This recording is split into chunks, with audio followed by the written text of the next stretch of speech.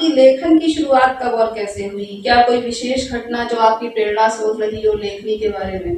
जैसे कि मैंने आपको बताया, मेरे पिता स्टेट बैंक ऑफ इंडिया में कार्यरत थे और वो बहुत सारी कहानियाँ या कविताएँ सुनाया करते थे।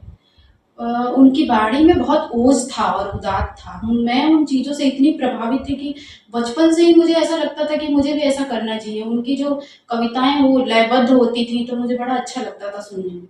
फिर मैं उनसे पूछा करती थी कि ये क्या है? तो वो मुझे कहते थे कि ये दोहा है, ये चौपाई है।